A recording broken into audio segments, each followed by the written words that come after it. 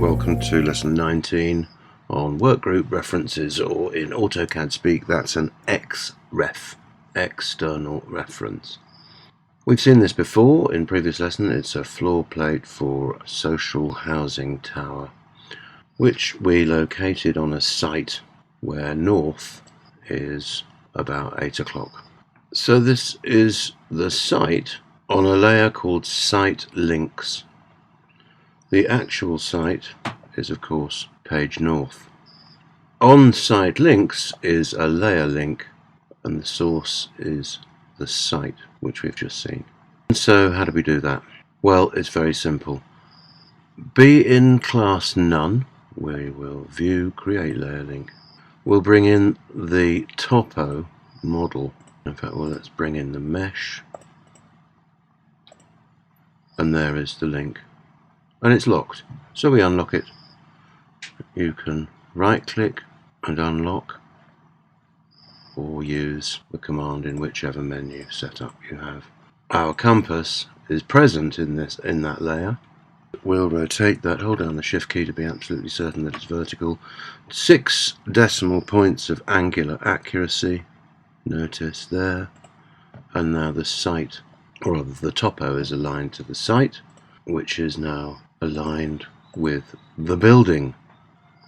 So the purpose is to make working on your building easy and make working on your site plan easy, which we've seen when we brought in the AutoCAD topo way back in lesson 8 when we imported the AutoCAD topo. Your window will now show you referenced files. In this case now we make the building the linked layer. Of course, rotated, unlocked and rotated. This is actually a group because of course it contains numerous layer links. One is the basement, one is the roof, one is the grid, and so forth. And so what is the virtue of this? Well, it's simply to be able to work the site model in page north and to work the building in page north, if you like, orthogonally.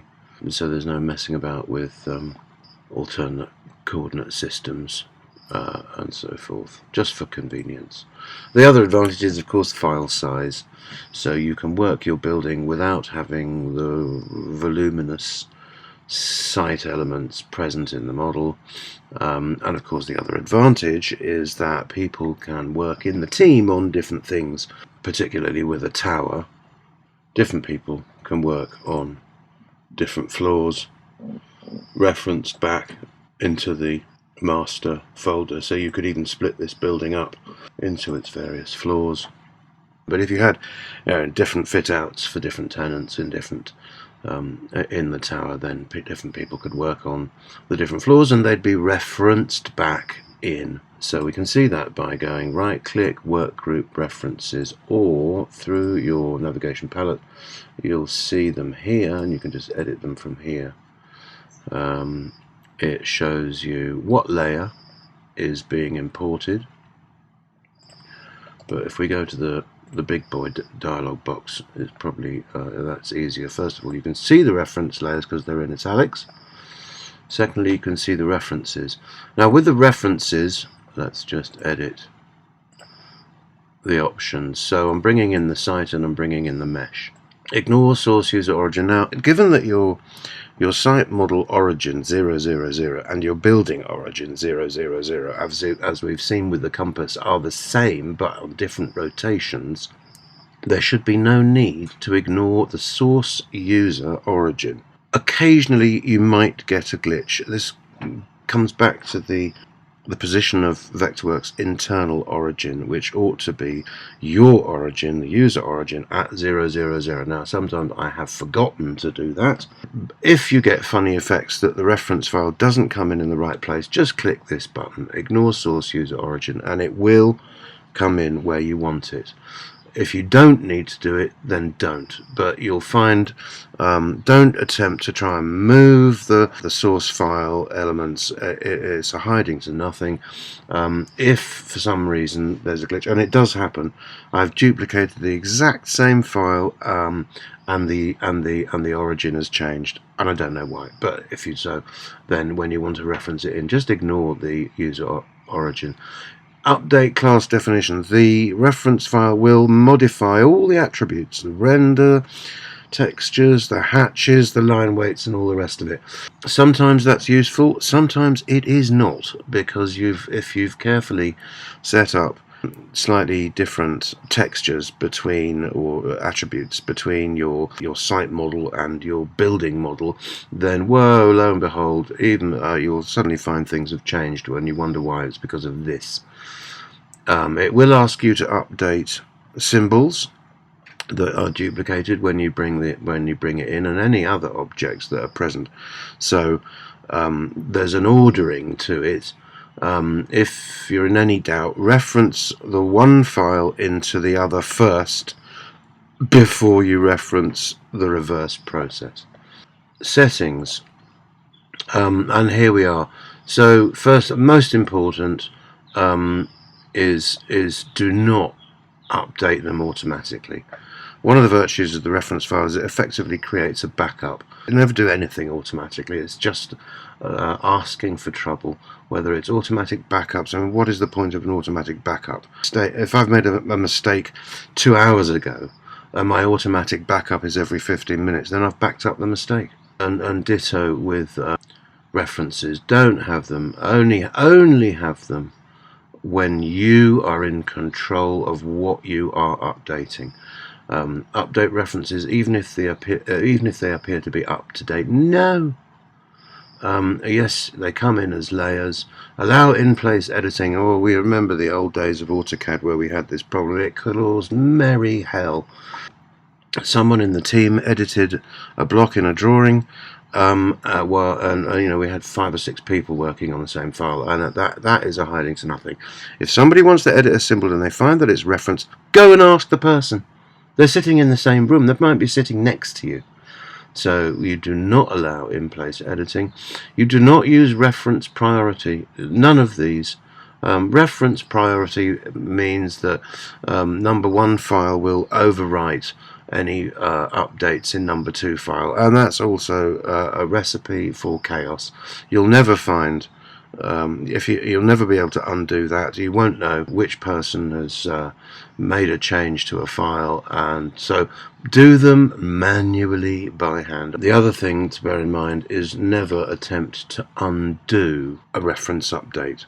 It'll just crash. The only surefire way of undoing it is to close it and not save it and do the process again. Don't save.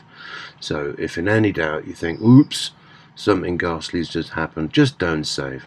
The other hugely useful reason to use the reference is what we used to call the plot file system. Again, it has advantages whereby one person can be annotating the drawings in sheet layers while the other people are still working on the model. So here's a nice page of drawings.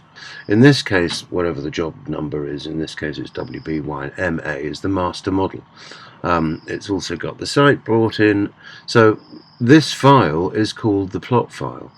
Do you want to manually locate a broken reference? Okay, so it's lost. I must have renamed the file or something like that. I'll say no for the minute. Go into Workgroup References dialog box, and what's happened? Oh dear, they're all out of date. If you hover, it'll tell you referenced from WBY master, and I've renamed it. And it's this one. That was the master model. It's been renamed, so it can't find it. Do you want to locate it? Yes, I do. There it is, and I renamed it because it's the hotel. Okay.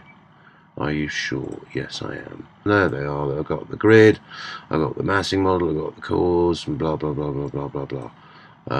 Level 1, level roof, and various things. And it remembers what layers you had already imported, which is quite convenient.